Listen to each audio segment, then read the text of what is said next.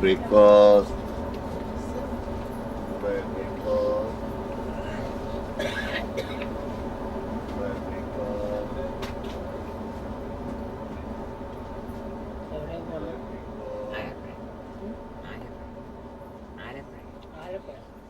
People in Kerala say namaskaram for greeting. It means, I don't want anything. Namaskaram, explains the master to his students, is to put down all your will and open yourself. Before a student takes his first step of dancing, he has to learn the namaskaram, the I don't want anything. With this short greeting dance, the class always begins and ends. It is the ritual that surrounds an Indian dancer's dance like a holy circle, even when he is only training. Outside of this circle, he is a human as anyone else. Inside, he offers his body as a receptacle for the gods. These people communicate thus with the upper world to experience divine dimensions in a sensual way. The master points to the top of the head and describes with both hands something like a channel up to the sky. And let God enter you, that he can dance with your body. To include and translate namaskaram in thinking, feeling and acting mean a nearly impossible effort and challenge for a Westerner. To exercise humility before one dances, to exercise humility before one does something. Humility. When I reached India the first time, this word was only known to me as a scorn characteristic. In my culture, one is very proud of one's own will.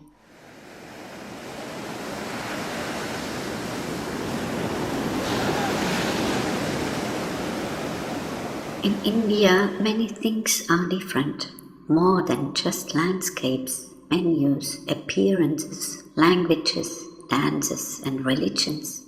Not only dancers start the day with the namaskaram, even craftsmen, doctors, stone beaters, bank officers, stamp vendors, owners of tea stalls and restaurants, taxi drivers and, not to forget, the mad bus drivers. Everybody performs the namaskaram before the very first act. Every single act looks a bit different. The stone loaders touch the stone with both hands for a contemplative moment, then their forehead, before they lift the first rock on their shoulders and heads. Taxi and bus drivers hang a fresh garland of jasmines around the mirror and place fragrant joss sticks in the cap of the dashboard, and the steering wheel orientation of a short meditation will be provided with some spots of color paste. In hotels, restaurants, post offices and banks, corners and niches are everywhere on a wall, where smoking sticks, flower garlands and pictures of a particular deity mark the holy spot, which will be decorated and honored every morning. Once a year, hundreds of thousands of pilgrims gather at the seashore to bow their dead ones. The namaskaram is absorbed by the Indian mind as eating, drinking and sleeping.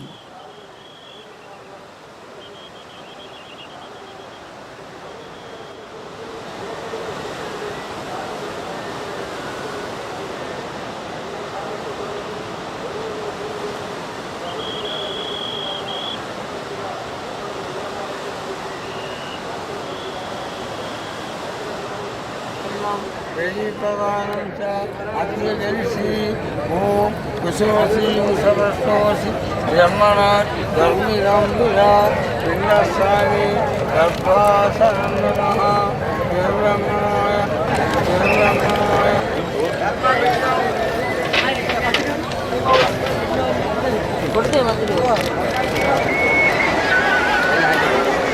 Suvarnad Madhurima travel railway station Kadeva Parthiviriya Suvarnad Madhurima travel railway station Kadeva Parthiviriya Boyapalli Kariyamai Kavida tracks Pratilana Tiraki Udavara Vatti Dasi Dasi Boyapalli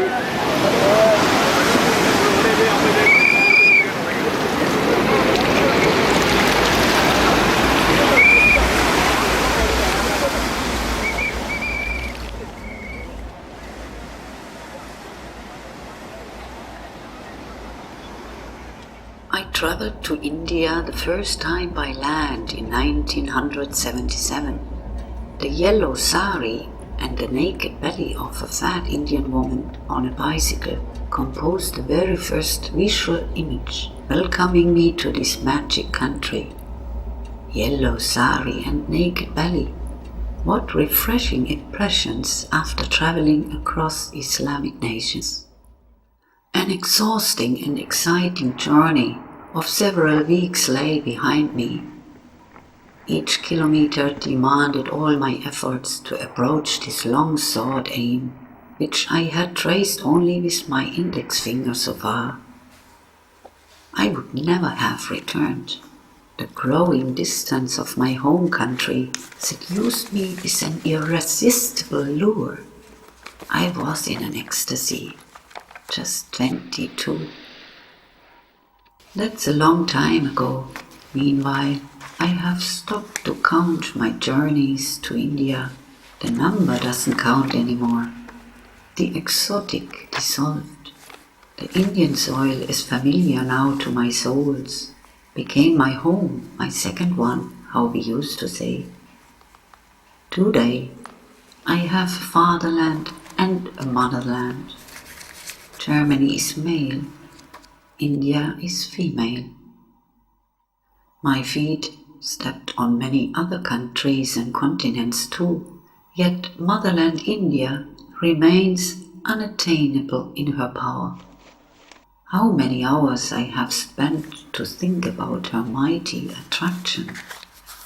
At first chaos, and then, inspired by a pulsating diversity, I could look straight up to infinity, discovered being secure in this expanse. Then later, a miraculous magic of an old world. It is not possible to explain by reason, impossible to think what is really going on there. Divine majesties seem to be closer to this part of the earth, much closer than to us who know just one God alone. A strict old man with grey hair.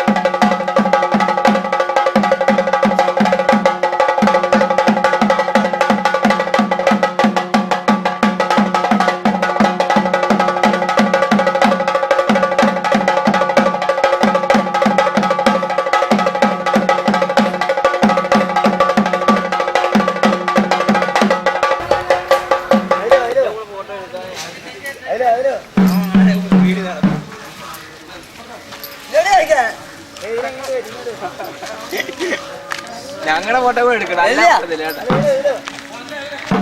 ഞങ്ങളുടെ photo കൂടെ എടുക്കാമെങ്കിൽ സമ്മതിച്ചില്ല.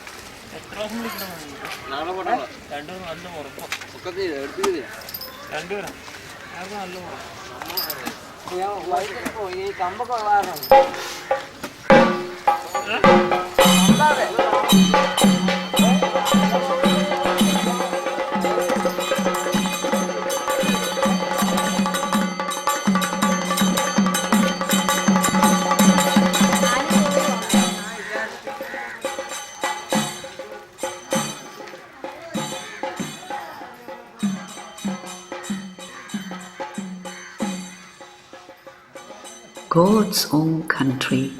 That's how Kerala is recommended by the catalogues, this narrow state along the west coast of South India. Certainly, long time ago, it could have been true.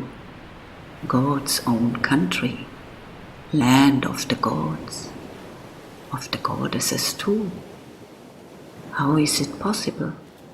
In spite of the crowded population, the space seems to be much bigger, wider, as even the sky is a part of the earth.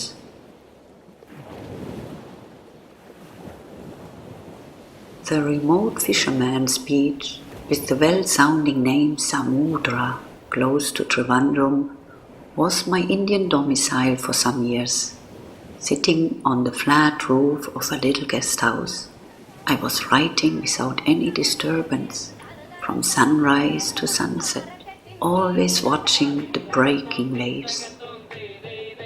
Actually, the story begins here, at this spot of Kerala, in January 1995, at the beach, big ocean.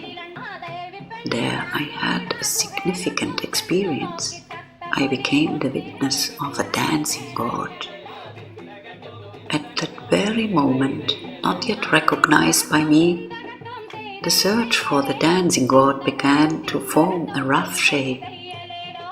At the neighboring site, the first village fair took place, a staged village festival of the olden times. 2 weeks play and fun with dancing gods and raging demons, folk art of all kinds, rituals for fertility, archaic fire and war dances. I've never seen many of them before. Suddenly, a female dancer fell out of the rope. It looked clumsy to me. I had to laugh. While the other dancers continued to follow the choreography, this dancer was acting the clown who had forgotten the steps and nevertheless went on dancing. Then, at once, her behavior became wilder and my laughter froze. Uncontrolled energies chased her across the stage. Once she passed by in front of me. Her wide open eyes had no iris. I was frightened. I don't know why. At this moment, my thoughts switched off. My eyes have never seen before those things that were going on there. Time has stopped. Only vague images and emotions are conserved in my memory. When finally the performance was about to end, singing and music ceased, the trance dancer fell down like a stick, at first lying motionless on the ground, then kicking and waving her arms and legs about. Singers and musicians hurried to her, and they had to hold her tightly to pour water into her mouth. Suddenly, there was this announcement breaking off this evening performance, and whispering passed from ear to ear. Shiva, Shiva. I couldn't grasp anything at all. Shiva, Shiva, the fisherman murmured and went on quietly on the way home. Pushed out to the beach by this mumbling crowd, I woke up slowly from that silent trance, and with the dramaturgy of an approaching thunderstorm, I became aware of what had happened. Shiva has been here. A god had danced for us humans. I was enchanted. Never before had I experienced something comparable. No photographs exist, just remembrance in my heart. I stayed awake long time that night, too excited to be able to fall asleep. That it hasn't been Shiva, but another dancing god, I couldn't know yet. I would hear about him only many years later.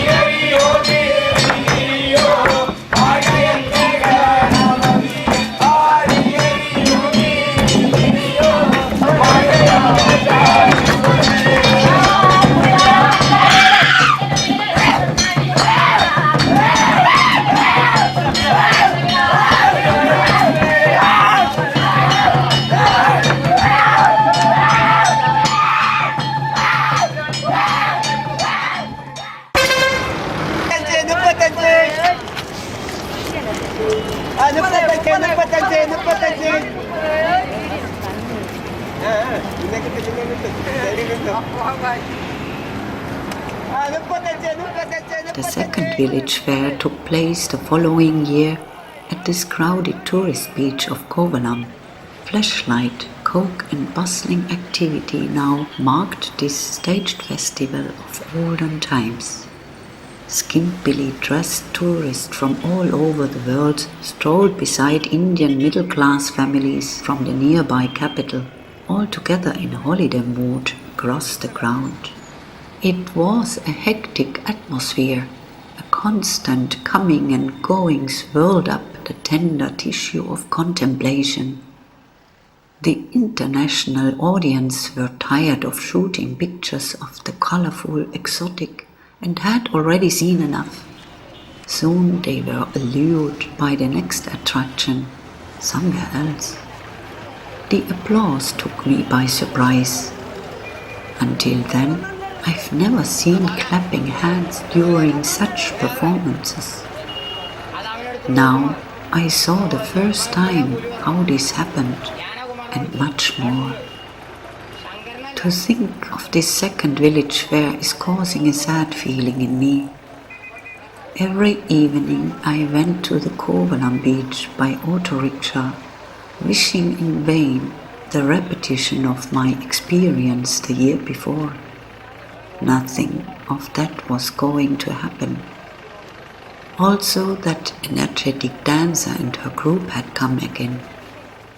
Their guru, a wiry tiny man, stood at the edge of the stage, blessing his dancers.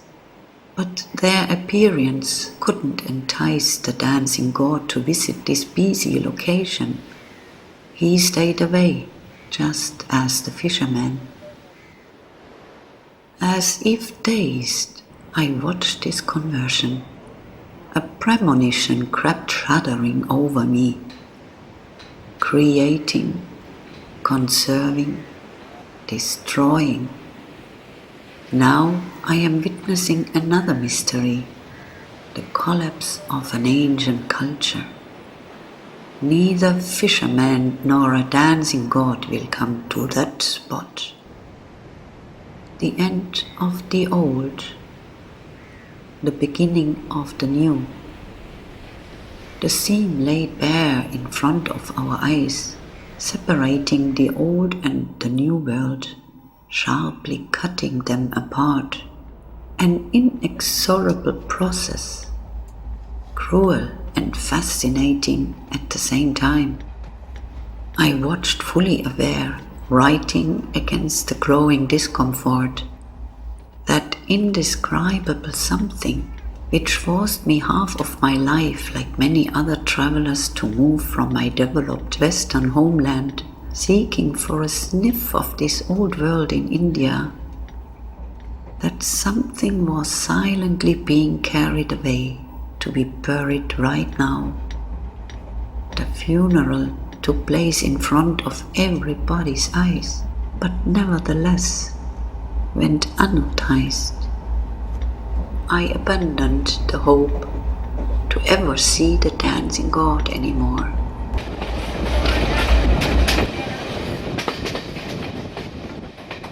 The time passed. That woman's dance in trance didn't go off my mind. 6.5 years after her unforgettable performance at the Fisherman's Beach named Samudra in 1995, I decided to search for her. Neither did I know her name nor her address. I only knew that she used to live in the Pandalam district and that she had broken her toe during the days she danced in trance.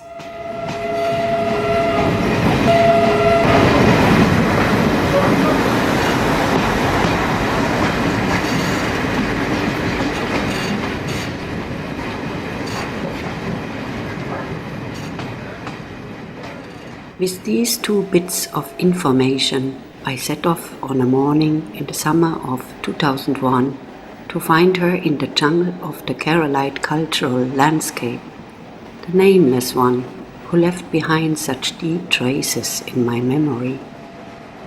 The search goes on quite smoothly, as if an invisible thread would lead me straight to her place.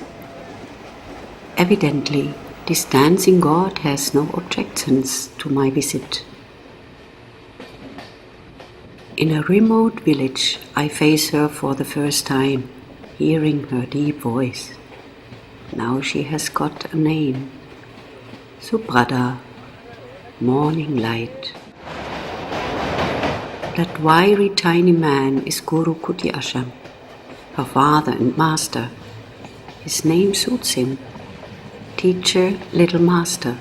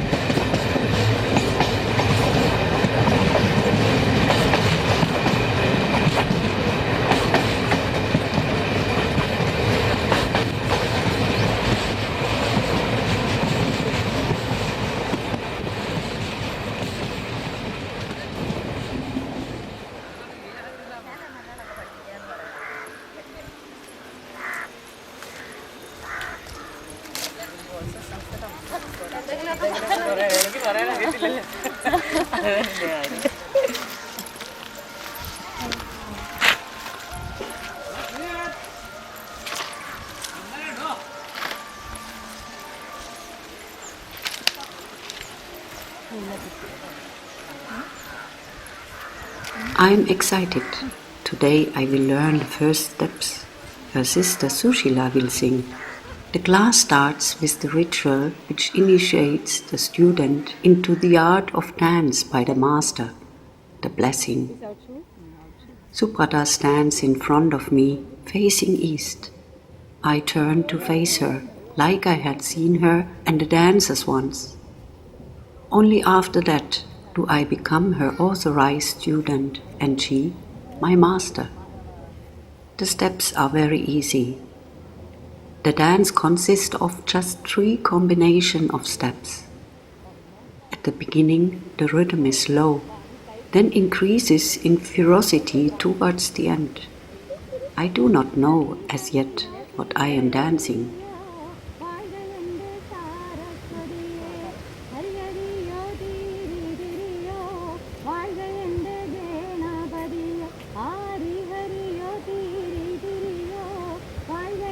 Later, in the short intervals, name and meaning are explained to me piece by piece. Pakana-tullal. What a surprise! It was not Shiva who was dancing at the fisherman's beach in 1995, but another dancing god. His name is Pakana. This idea confuses me totally. My first impulse is disappointment, induced to think that would put an end to the story at this point. I need a good while for new orientation. For many years I carried this dancing god in my memory, being convinced that he is Shiva. When I was searching for him, he led me into this remote village where he reveals his real identity.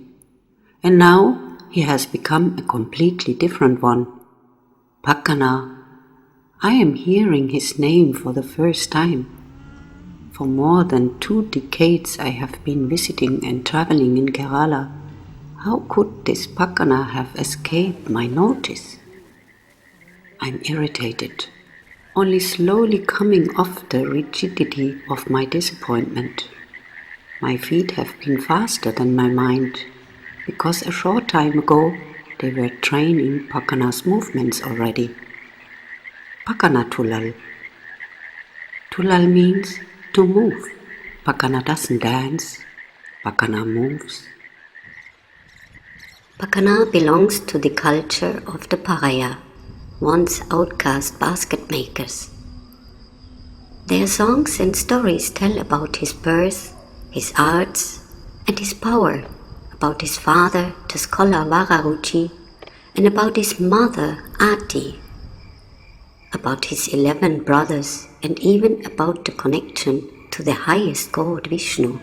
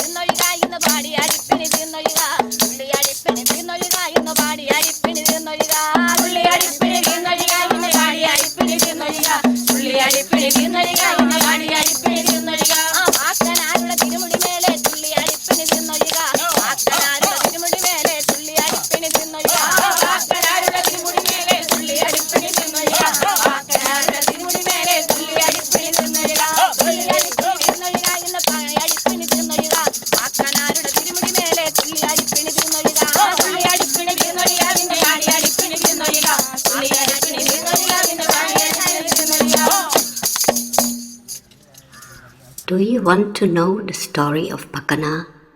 Long live my Ganapatya. Shall we live long through Ganesha? Long live my Sarasvatya.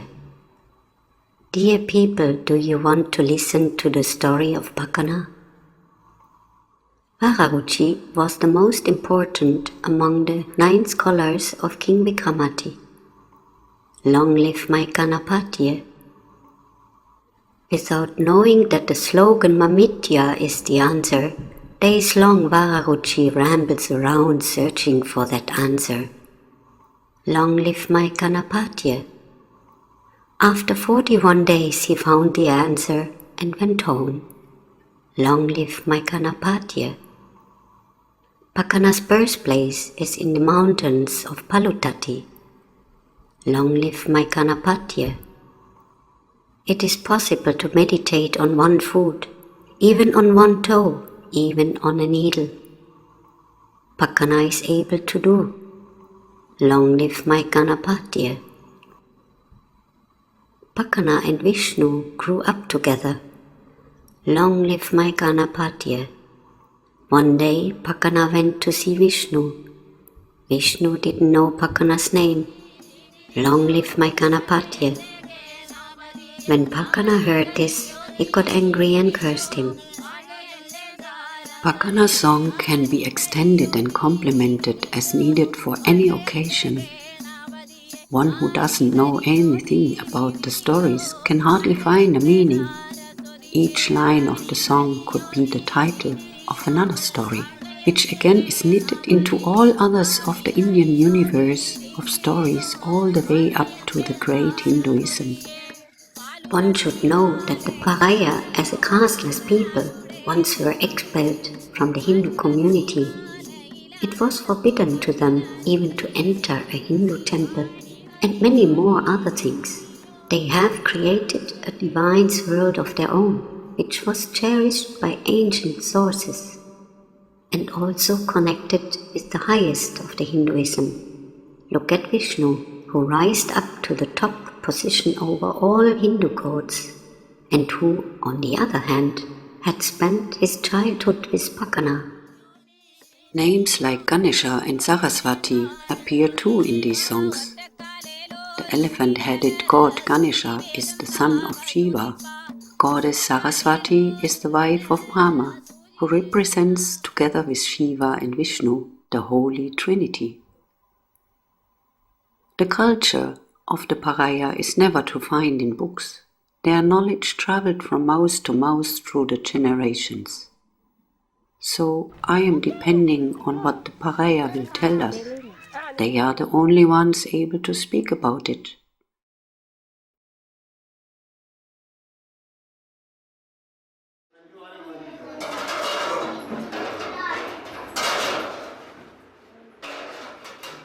Guru Kutiashan and his family are the descendants of these basket makers. The Paraya's old tradition as basket makers seems to explain why the kolam, the painted triangle carried on the dancer's head during the Pakkanar-tullal, is woven by rattan. The costume is made by kurotola, tender coconut leaves. Due to their bright and pale yellow color, the tender palm leaves were considered as something pure, precious. Pakana-tullal is a divine dance, explains Kutiashan, and kurotola a divine symbol. This was the gold of the casteless people, to whom in the past real gold and shining metals were forbidden. Instead of that, they possessed something else, which the rich caste members didn't have. Shaman power. Like once with Pakana and Vishnu, who had forgotten his childhood friend's name. The song tells about it.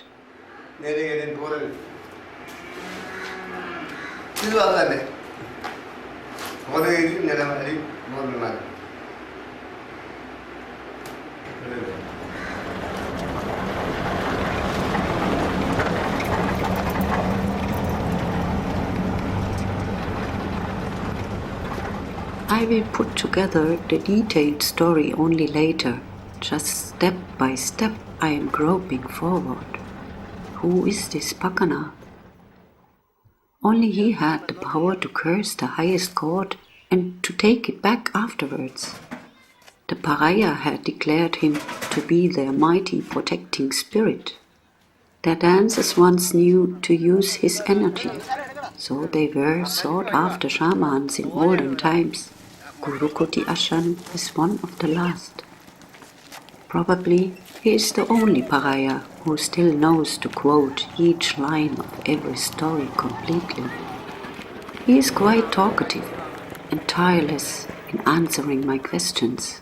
None of our conversations becomes a strain on him or bores him. He is happy when he can recount.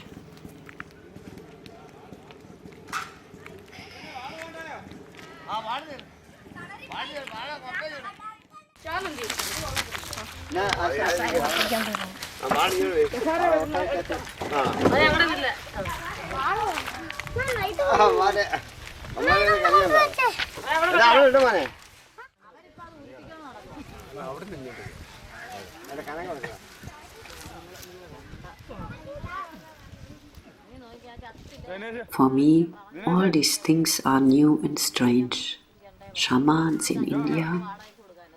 I thought they lived only in Africa and among the Indians of America. How does this shamanism work? And thereby the trance? How do the dancers reach this change of consciousness? And what do they feel in this condition? This experience is difficult to describe, they answer, but try it nevertheless. It is something appealing, tremendously impressive, a pleasant event to be touched by the spirit of the God who knows the cosmic. The song is very powerful, the singing and the drumming, but when the music stops, the trance also will end. We are in another world. How is it possible to express in words? Nobody is able to do it. Dancing with Pakana is a mystery, and simultaneously it is a part of the practical life of the Paraya. Not easy to understand. What kind of authorities are these? Gods? Spirits? Demons? Sushila calls them ancestral spirits. Their portraits are painted on the kolam. There's the kolam of Pakana and his wife Pakatiya, of two goddesses. One of them is Vanadevara, the forest goddess. Then of Vishnu and the piniotical kolam. Only the master decides who should dance with which spirit.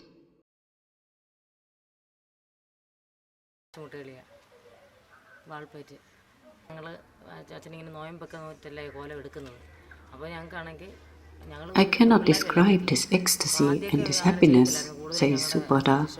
This condition I am experiencing is something special, exceptional. After that, everything becomes normal again, but I am very energetic. It is a magnificent feeling to receive this energy, because the Spirit has accepted what I have done for it. Pray and believe. That's why I get into this trance. Somebody who just dances will never be given this spirit. Before starting the Pakkanar-tullal, my father prays and blesses the dancers. Each one is a different spirit. Kaladi Paradevada has been the goddess of his guru. Now she is the main goddess of our Kaladi. By asking her for her blessings to each of his dancers, he blesses the dancers. Like that, I too get Pakana spirit. Before starting to dance the Parishamutukali, the sword dance, I also pray to Kaladi Paradevada. Then I can realize a certain feeling too, but it is not the same like I do with Pakana-tullal. Experience is important. And to get into this war scene, this battlefield, I have to stretch the legs and to play with this violent force. Then the steps happen automatically, even if we haven't rehearsed much.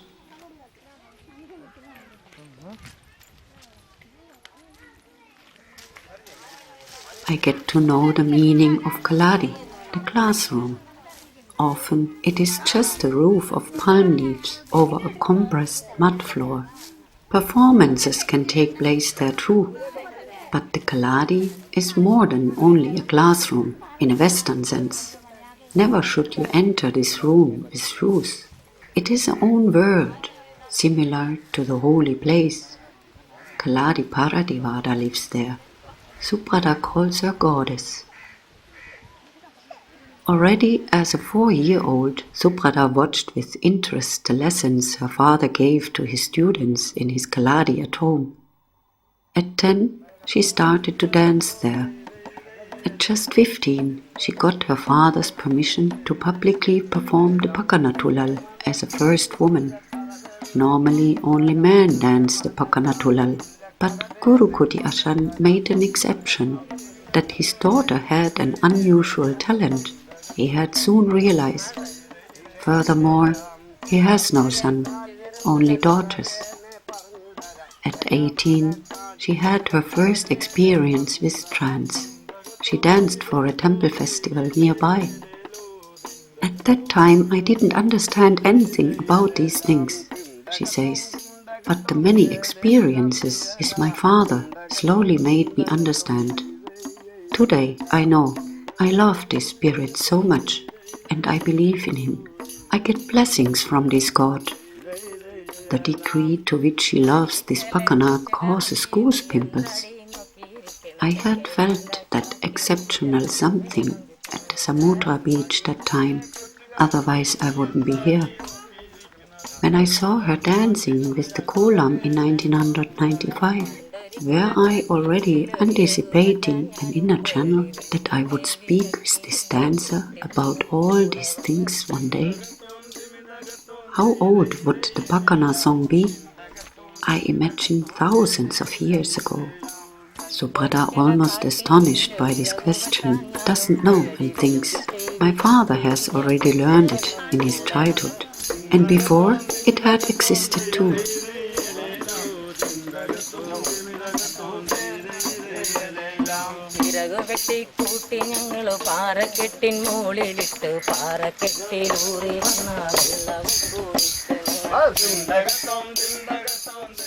The word Pakana is made up of Pakan and Are. Are means who in Malayalam language. That is, Pakan Are. Who is Pakan? At the same time, his name is the question, who is he? This unfolds in a most simple way how difficult it is for the humans to name God. He is not conceivable. He is the great enigma. Probably that will never change. Nevertheless, trying it again and again may be an archaic need of us humans. Even if it mostly doesn't seem like it, it is our permanent concern. Every culture searches for it in their own way. May all God's names lead back to that origin of not being able to call, to imagine, to the question, who is it, this invisible power? The Paraya solved the problem by formulating the question, Pakkanare, Pakana. Each time they pronounce his name, they ask in real, who is he?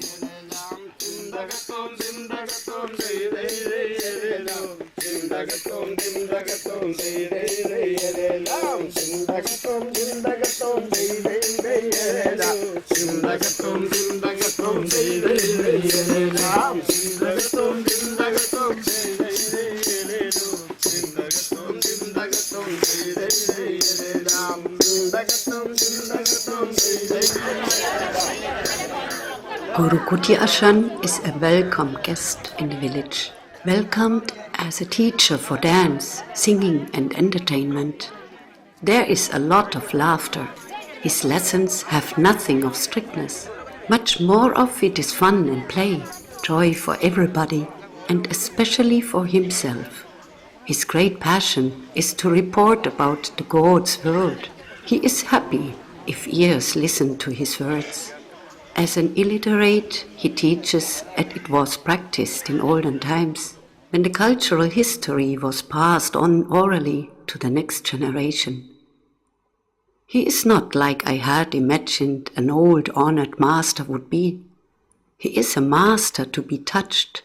His personality consists of various facets: a friend, an ally, a fool, a child with curious rascal's eyes, a boy full of thirst for action, a sad old man, a vulnerable human, a shaman who is no more needed. Through alternative singing and narration, he passes on the old stories and songs. Once he reports on the Vetava, the mountain forest people. A Vetava was collecting the roots of plants and honey, hunting and eating raw meat. This is the story of the Vetava which we performed. We appeared with many people on the stage, made wild costumes, and sang their life story. A Vetava doesn't exist anymore. Pakana is our main god of dance, says Kuti Ashan. And with the help of the story about the Pakana as an adult, he illustrates the origin and purpose of the Trance-Dance, of the Tullal. Mahavishnu and Pakana grew up together when they were children, he begins to tell. Later, Vishnu arose to become the god of the gods. Pakana, however, was very wise and he knew everything about the universe. Pakana was the 11th child of Vararuchi and Ati. Vararuchi, a Brahmin, lived once as the highest scholar at the king Vikramati's court. Ati, a casteless, grew up in a Brahmin's family. Homeless, Vararuchi and Ati moved around the country and had a total of 12 children. But they took with them none of their children. Each time a child was born, Vararuchi asked his wife, "Has it a mouth?" "Yes," answered Ati, "it has a mouth." And Vararuchi replied, "Then it will be fed." Consequently, they left the child behind where it was born and moved on. Each time, one of their children remained with a group of people. One was brought up poor and without any caste, the other one in a rich family. As Pakana was born at the Paraya's place, he grew up with these poor basket makers. But in his childhood, he played with Vishnu, who has been a child too at that time, and who was his best friend. However, later he would rise to become the highest of all gods.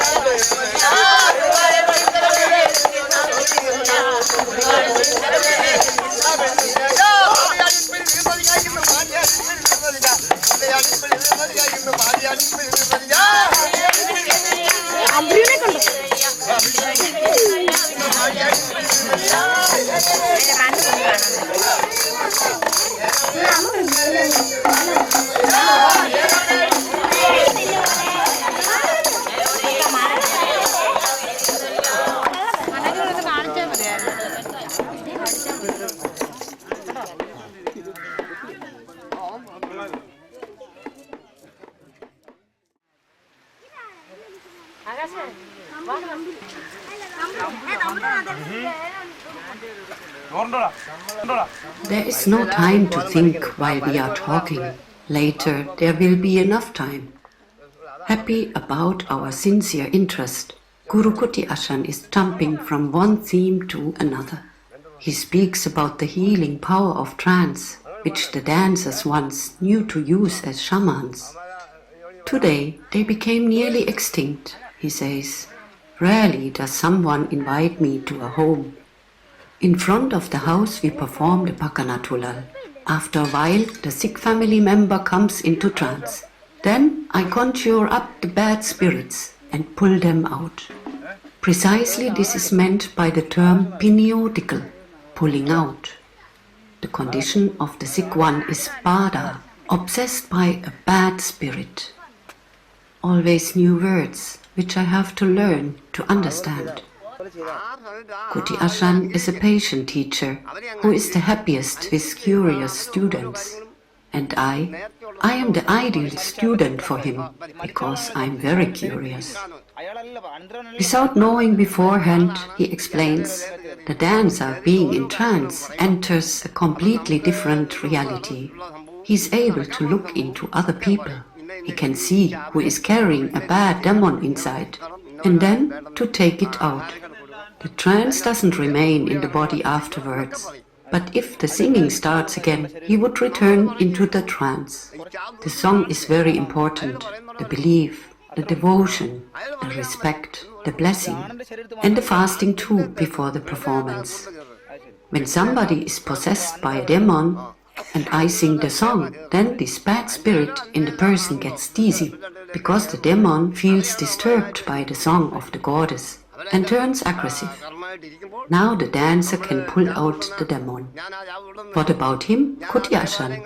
Can't the bada enter him while the pulling out? He laughs. He cannot come to any harm by the demons and bad spirits, he says. Due to the kulam on his head, he is under the protection of Pakana, through whom will come only good spirits. And besides, the powerful Bhadrakali is his goddess.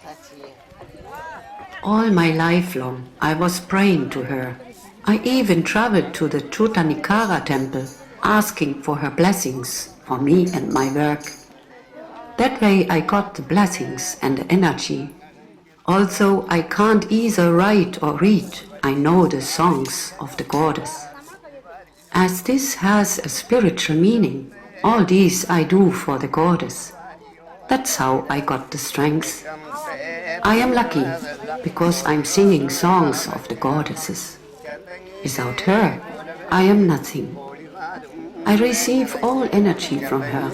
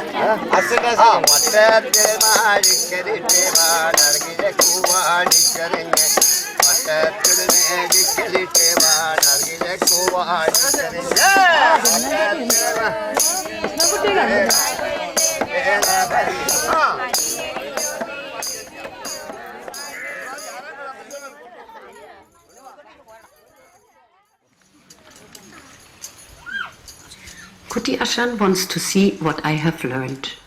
In accordance with the custom, he blesses me. Then he introduces me to the Pakana-tullal. I've never expected such a thing. I thought I would dance with Subrada alone. It takes a great effort to understand my situation. A whole village is singing there with united passion.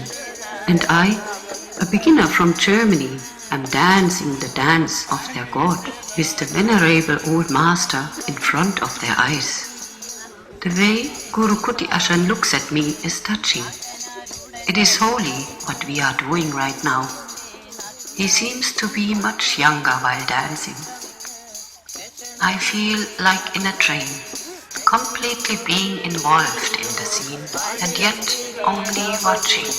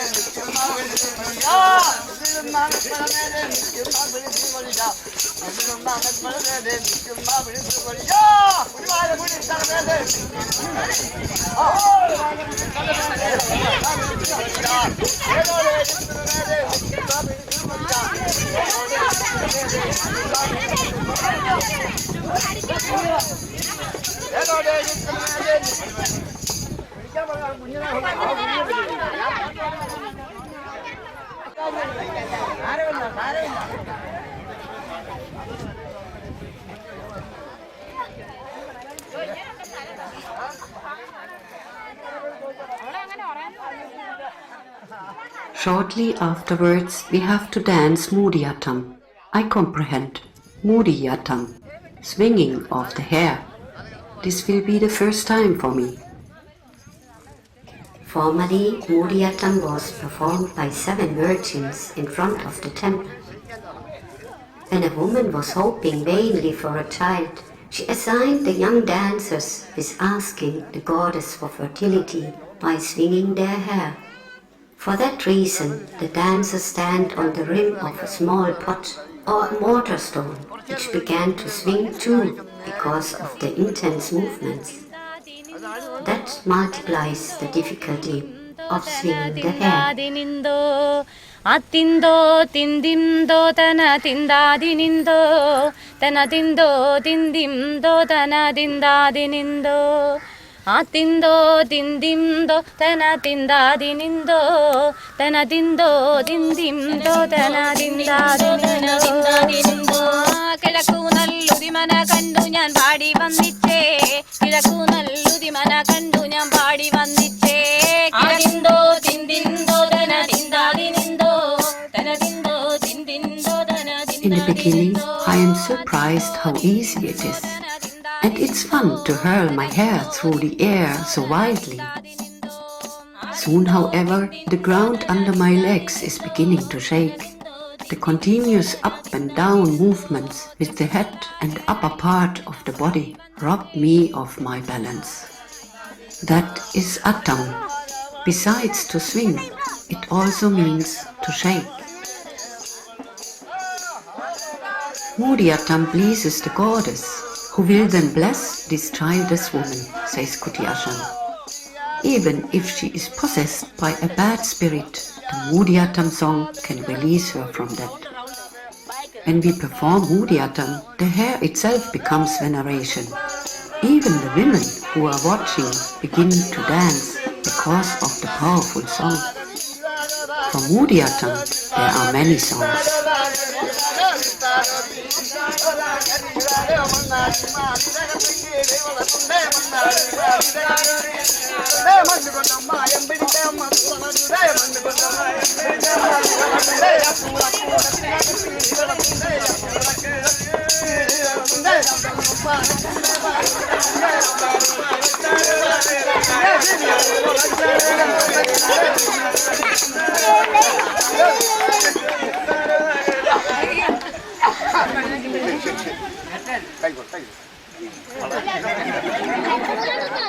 Kutiashan talks about Naditchipatu, the planting the rice corn in the soil song.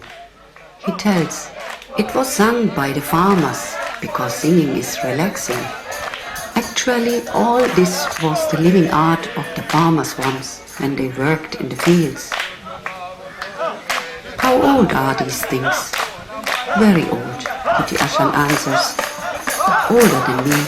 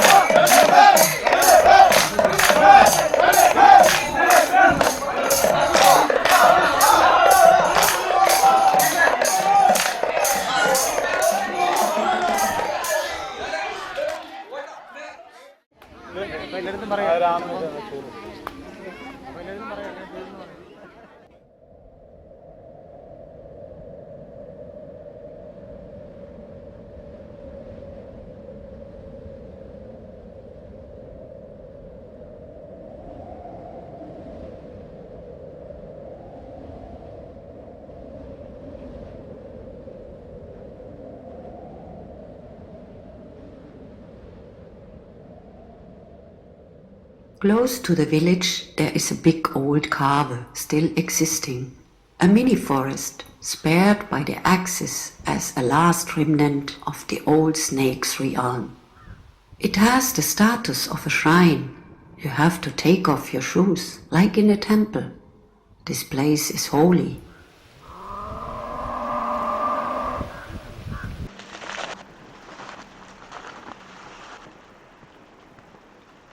Through the unspectacular opening in the jungle, we enter this rare relic of primeval times. A path overgrown with the thick roots like enormous arms is leading down steeply. You have to take care not to stumble. The pleasant cool dusk deep in the bowels of the archaic vegetation has a calming effect. Huge forest trees and gigantic lianas form the walls of this natural temple.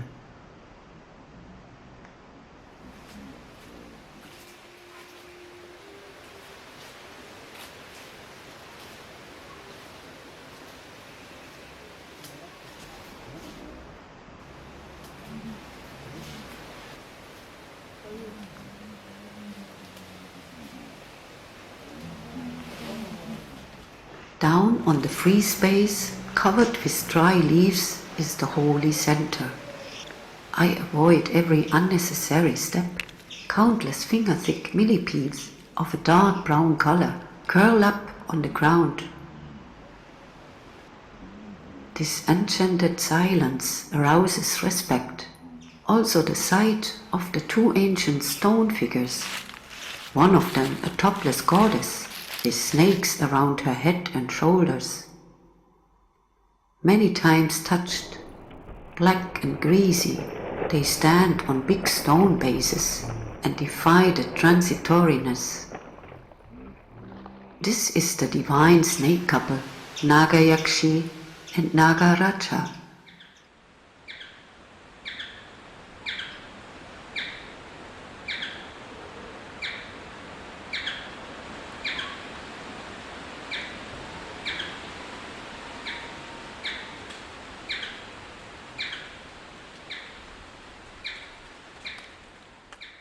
Childlike astonishment is above any intelligent doubt. This is really the home of the snake deity. Here the mother cult stayed alive for thousands of years. The Kavu is a place of life and ancient stories. I've never seen a comparable Kavu. Perhaps there is none of that kind anymore. It is a part of the village life. Strangers will never come here. The last breath of an old world is perceptible here. I inhale it deeply. Here there is still enough space for any story. I realize being at a special place, which has become quite rare, one of the last living cells of diversity, having escaped the sharp knife of monoculture, far away from the radical modern age.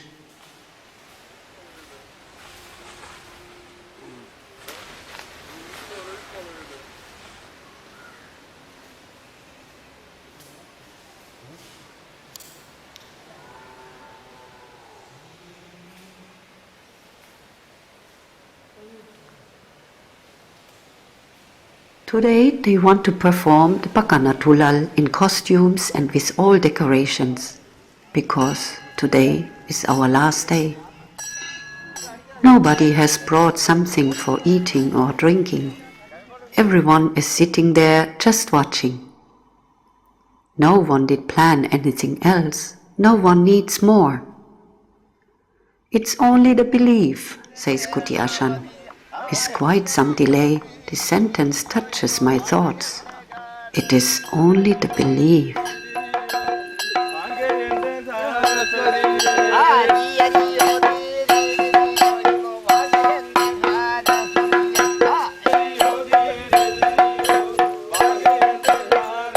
Vishnu and Pakana grew up together in their childhood. Later, Vishnu rose to become the god of the gods. Pakana, wise and bright, knew everything about the cosmos. The time passed. Both had no more contact with each other. One day, his wife Pakatiya told him, "Vishnu was your best friend. Why don't you go and meet him?" Pakana hesitated, but then he went to the palace. He said to the guard, "I am Pakana from Palutati, and I want to show my face to the king." The guard went inside to report his visit. As deities have an inner eye, a sixth sense, Vishnu knew that Pakana was outside. At the same time, Pakana knew that Vishnu knew he was there. Vishnu, however, told the guard, "Tell him I'm not here." The guards came back and told Pakana. When Pakana heard the answer, he went 3 steps forward, stopped suddenly, turned back to the guards and replied, "Tell your Vishnu that he knows who is Pakana." At that very moment, Vishnu froze in his position. He was sitting at that time and was unable to move anymore. The whole family anxiously gathered, and all gods and goddesses assembled to see what had happened to Vishnu. Nobody could understand what this could mean. A Kanya, a truth teller, was called. He came and began with the shell oracle. Then he found the reason. Vishnu was cursed by Palutati's Pakana. After that, they called the 2 messengers Kodagiri and Nilagiri and sent them out to bring back Pakana immediately. But when they arrived in Palutati, his wife Pakatiya said she didn't know where Pakana had gone. He'd wanted to meditate. Pakana had told her earlier to say like that. However, he had gone to Paladi, where there was a big lotus. He stood in the middle of the lotus on 1 foot, on 1 toe, on 1 needle to meditate. He knew that only he or his clan could take back this curse, and no one else, and continued with his meditation. Searching for Pakana, Vishnu's messengers traveled throughout the whole world and crossed the 7 seas. Finally, they reached Paladi and found the big lotus and Pakana, who was meditating on 1 foot, on 1 toe, on 1 needle. They asked Pakana to hurry to Vishnu's palace and to release him from the bad spirit. But Pakana replied, "It is up to you to tell your Vishnu whether you have seen me or not." Pakana has won. So Pakana and Pakatiya went to the palace, performed the Vanishing, and took out the bad spirit from Vishnu.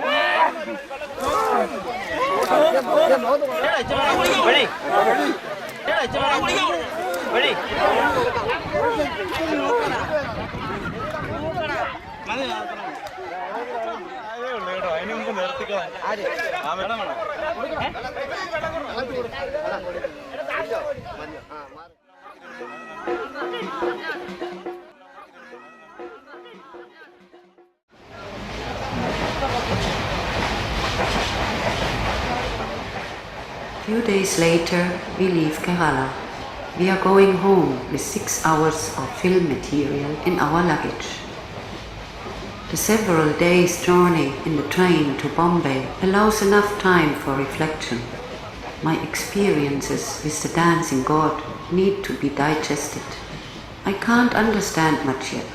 Even more confusion when the 11th of September happens while sitting in the train. We read in the newspaper about it the next morning and look at the photograph.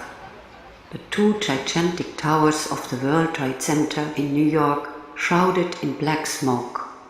I think the poorest country has attacked the richest. One of the oldest culture is at war with the youngest.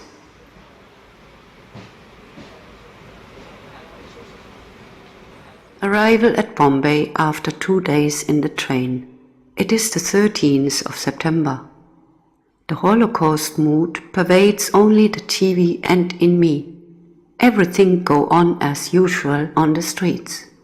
In me, because all the TV channels show the scene again and again, which I had dreamt 2.5 weeks before.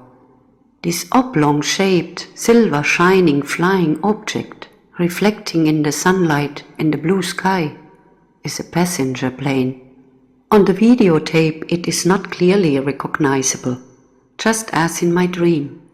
The reality has made a film of my dream and present it now to all the world. These occurrences, together with my predicting dream, drag me into a devouring process. An increasingly closer circling spiral urges me to examine even more insistently this seeming clash between the new and the old world, this sharp line that separates both from each other. The 2 village fairs in Kerala have unfolded before me. Now this conflict manifests itself around the entire globe.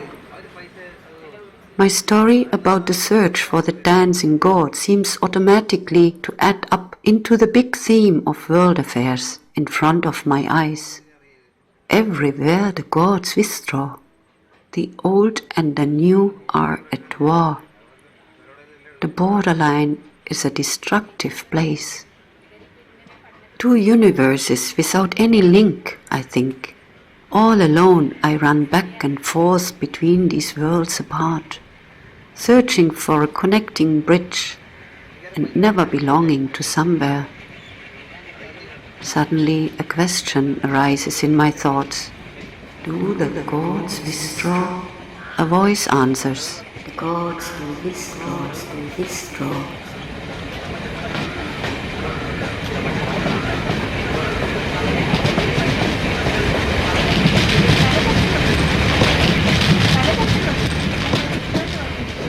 What will happen to our world without them? And without the goddesses? What will happen to the humans who have forgotten to dance with the immortals? Has it been the wish of the gods? What is the opinion of the goddesses? The goddesses.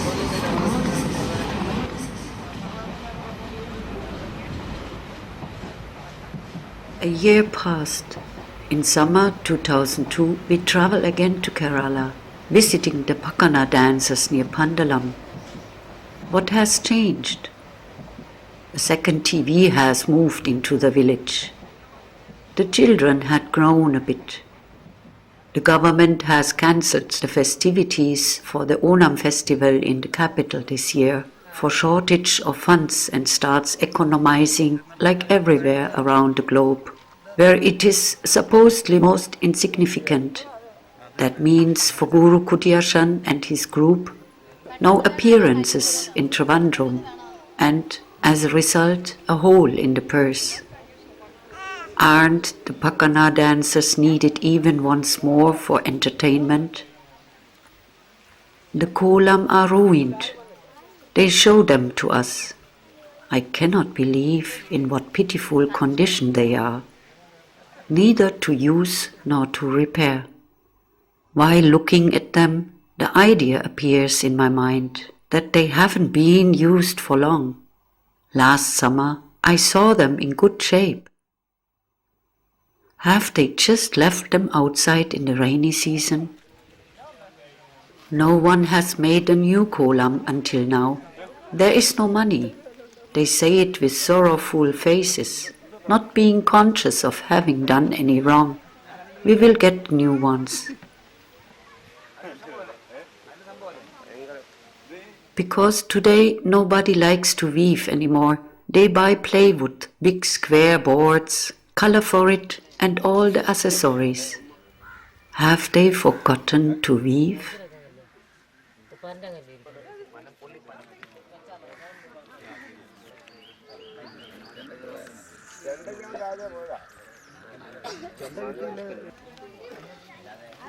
Kutiashan tells about the invoking of the ancestors, the Javutulal. I hear about it for the first time. Javutulal men became rare, he says. They are shamans. If in a family somebody dies unhappily or unfulfilled, after several years there comes a bad spirit over the family, then we call a Javutulal man. An unhappy death means, for example, a suicide, or a father getting sick and dying too early and can't be at his daughter's wedding, or somebody can't fulfill his dream or vision. The frustrated soul of the deceased will then go around rambling and causes distress in the family, perhaps through a grandson who suffers from nightmares, anxiety, or disease. Then the Javu will come to perform a Javutulal in front of the house of the person affected. On that occasion he calls upon the soul of the deceased to go into the son or the nephew or somebody else who is affected. During the Javutulal, this person gets into trance, and through him the Javu can speak with the unhappy deceased. He is asking for the reason of the problem, putting many questions to him to find out what the family could do for his peace. In that way he tries to resolve the grief of the dead soul. Finally he finds a solution. Mostly the ancestor demands the family to undertake a pilgrimage to a certain temple or a church, or to celebrate this or that ritual, a morning prayer and so on. This will satisfy the dead soul.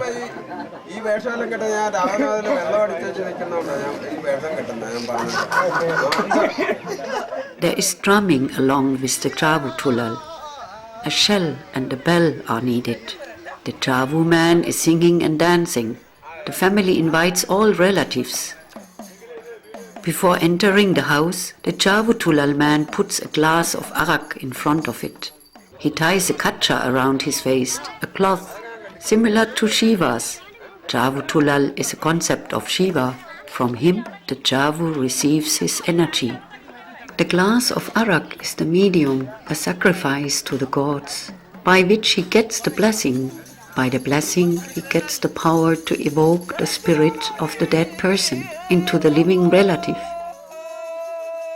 To call over the soul of the dead person, he prays to the gods of the four directions of the earth, requesting from a church or temple in which the deceased once believed, to release the soul and to send it into the sick relative for treatment. Someone who performs Javutulal has to study a lot, all the rhythms and songs. We, the lower castes, have the Dharma Devangal. Dharma Devangal are good and friendly deities who look really fearsome like Kali. Our Dharma Devangal listen to us, what we tell and need. Who are they? The imagination of our ancestor spirits. That's why they listen to us. If somebody has died of smallpox, Pandara-Chavu is called, whose spirit lives in the Kodangallur Bhagavati temple. If somebody has committed suicide or was murdered, Arukola is called, who is the spirit for every unnatural death case. If somebody was killed by an elephant, they call Ana Maruda. Ana is elephant, Maruda is soul or spirit. What a charming concept, I think. They call the elephant soul. I imagine temples, mountains, holy places, where the souls live.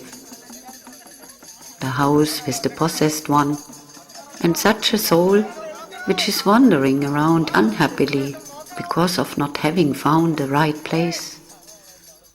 Then Kuti Ashan concludes, these were the stories of olden times. Now the situation has changed, the time, modernized.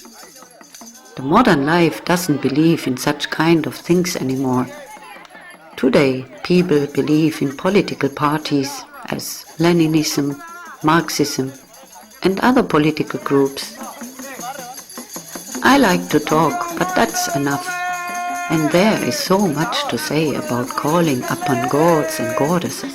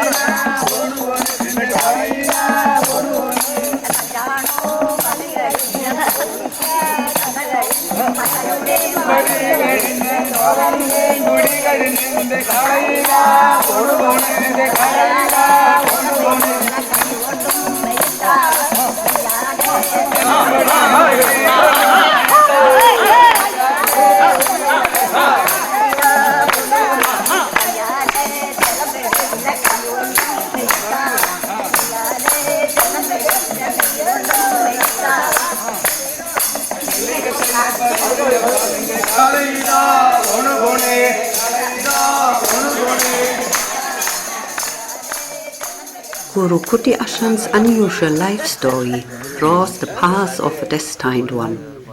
His childhood makes it clear how strong his inner voice must have been, how intact the mouthpiece of his soul was, because he heard it. At the age of 7, he ran away from home to study the traditional martial art from the old masters in the north of Kerala. He mentions an incident at school that provoked him to do so. A boy in my school started a fight with me. He was in the 4th standard, tall and strong. Everybody was calling him Pottu Pottu, idiot. I, small and slight, was in the 2nd standard. We played kilitatu, and while playing we started to quarrel. He hit me, and I hit back. The teacher called us, and this boy told him to give 24 beads on my hand. That had made me very angry. I decided to study the old martial art and to become a master to take revenge on this boy. I wished to pay him back one day, which is why I went to Punani. At that time I knew already that many Abhyasi live up there in Malabar. No, it wasn't revenge alone. I wanted to learn all these things, also to overcome this inner fire against this boy. For that I gave up my school education and decided to leave. His family had no idea where he was, and after a while they assumed him to be dead. He had no contact with them for 16 years. For the entire period he studied martial art from the old masters in North Kerala and lived with them as a family member. Twice he was proposed the hand of a master's daughter, which became the reason for him to leave the place. One of these daughters even taught him the Mama technique. This technique features certain holes on acupuncture points, which make the opponent motionless. Now Kuti Ashan has reached his goal. As a young man he returned home and built his own kaladi. Soon he was teaching students from all over. When his grandfather realized that he has learned the martial art, he introduced him to the traditional arts of the family, Kolam-tullal and Pakana-tullal. With the Kolam-tullal we praise and celebrate in song the Kodungalur Patrakali. She is a very strong, powerful goddess, he tells. There are many kinds of decorations, dresses and characters. If somebody gets smallpox, we believe this performance can cure him. We went to a certain house and performed Kolam-tullal. That helped. Kuti Ashan has continued with the family tradition. I'm born with that, he says. I learned the dance, stories and all the songs from my grandfather, who was a Piniotical, a shaman. I sing Ramayana and Nalacharita too. If I drink a little bit, I can sing everything. But if I drink too much, I can't remember anymore and also cannot sing. But a little bit is good for singing. Kuti Ashan became well known and respected as a master. Schools invited him as a jury for school festivals and also for teaching. He sang many times for the radio and danced for the TV. He performed for the public in Delhi, Haryana and Bangladesh. Invitations were waiting for him after each of his performances. In 1952, he traveled to Delhi for a dance contest, a long way from Kerala, around 3,000 kilometers. In company with him were 2 other masters and more than 20 dancers. There they appeared on stage in front of Nehru and Rajendra Prasad, a former president of India, and they won. Kuti Ashan was awarded with the A grade in art, the first prize. We received a big trophy, he remembers. Even 4 people couldn't carry it. Now it is put up at a government ministry in Trivandrum, and in addition I got a special award, a Kirto Mudra from Nehru. But somehow it got lost. It was in my house. It was something round.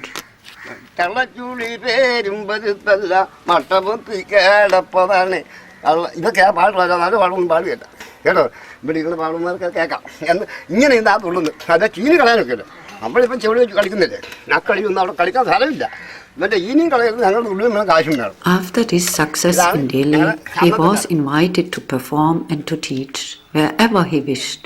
A Kirto Mudra was an important award. Today all that is past. He has sadness in his eyes, disappointment, resignation when he describes the present. Here I have more than 25 students. I taught them only a quarter of what I know, because they are not interested. Oh, not even a quarter of what I know. If somebody really would be interested and would ask me, I am ready. I will recount the complete story of Pakana. I will teach the legends and songs to a serious student who respects me as a guru. I would give a lot to him. Who knows me? You know me. You got to know me because of my art alone. After me, who will continue the kaladi, the dedication for art? You have come here because of my art. That's why my children should become more involved. Before I die, They must write down everything. Ours is an oral culture. I cannot write. I sing a song without any mistake. That is what I am able to do.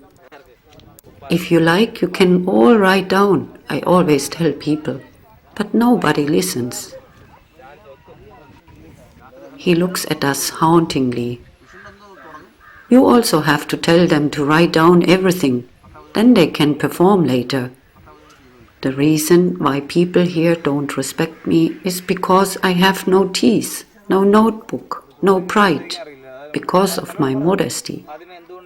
But in spite of all these things, I don't have. Good people like you recognize me. Now they all gather, because you have come from Germany. But when you are not here, they pay no attention to me at all. When Guru Kuti Ashan is no more one day, many stories too won't be here anymore.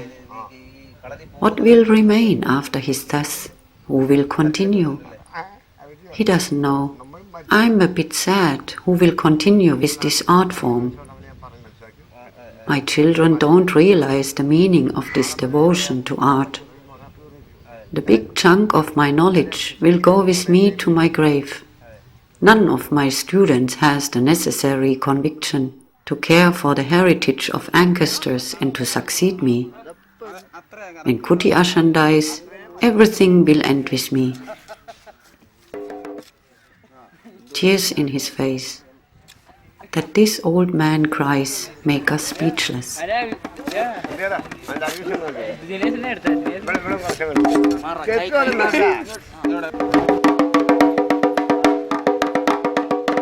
The work is finished.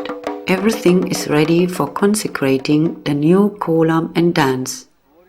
The tender coconut palm leaves for the costumes are cut in shape and laid down when debates arise all of a sudden. At first, it looks to me like the usual way of communication which the hot-headed Keralites practice, until I get to know the true reason. The dancers refuse to dance without payment. Guru Kuti Ashan, at first speechless with horror, behaves as a master, but is nevertheless helpless. Outraged with his students now, he stands apart. Later he gave them a piece of his mind. Here we dance for Pakana alone. The young man, however, cannot be persuaded. After a long discussion, Manoj puts an end to the conflict. He and an old man will dance, only for Pakana, possibly for the last time.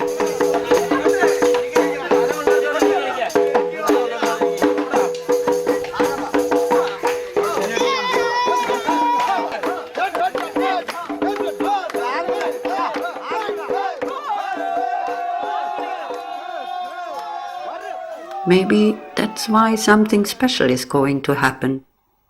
While Manoj gets into trance quite quickly, only for the third time in his life, a man in the audience also falls into trance abruptly.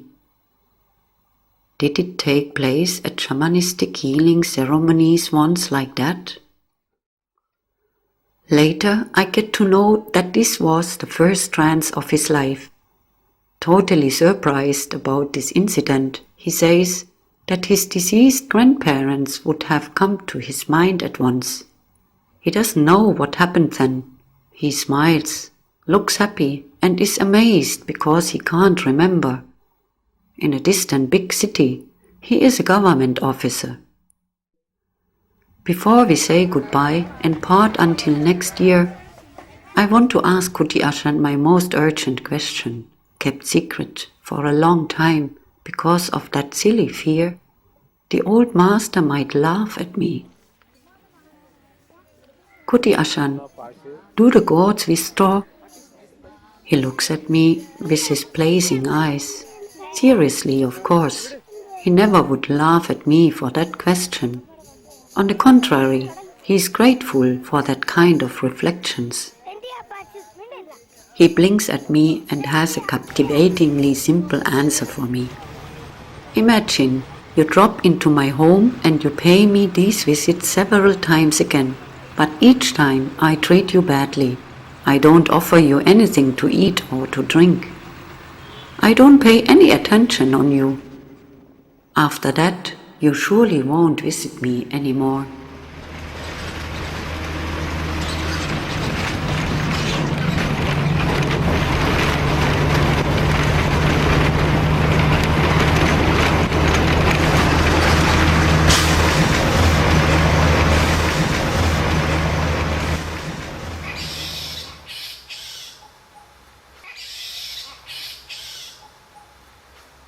Another year passed by. Again I visit India, which goes on relentlessly to suiting the speed of modern time. This time Pakana-tullal won't be performed. Like a silent premonition hurled back from future, I follow my wish to be alone with Kuti Ashan and to visit the old carver together with him alone, without the company of the villagers. The imminent events had laid an invisible sign, which I instinctively followed. It would be the last time that we were together with Guru Kuti Ashan and talked to him. I like to hear the story of the snake. He doesn't say no. Ignoring the finger-thick millipedes, which keep moving on the ground constantly, I sit down before him, the student adoring the old master, who is telling an old story in the snake's realm. Thus I imagine the conversation with an old master, exactly that way, at this specific place. Everything fits, the light, the atmosphere, loaded with archaic security and timelessness. The temperature, which the body doesn't feel, because it is neither hot nor cold. I'm very happy, not realizing the sun's cruise over the high treetops. We spent the whole afternoon in this forest temple, an indefinite energy trying to keep us there as long as possible. Beside us, the topless snake goddess Naga-Yakshi and the snake god Nagaraja, the finger-thick millipedes on the ground full of dead leaves, and above us, the high skyline of green leaves with the flying dogs, in the thicket, the crickets. A long time we sit there, and I can ask many things.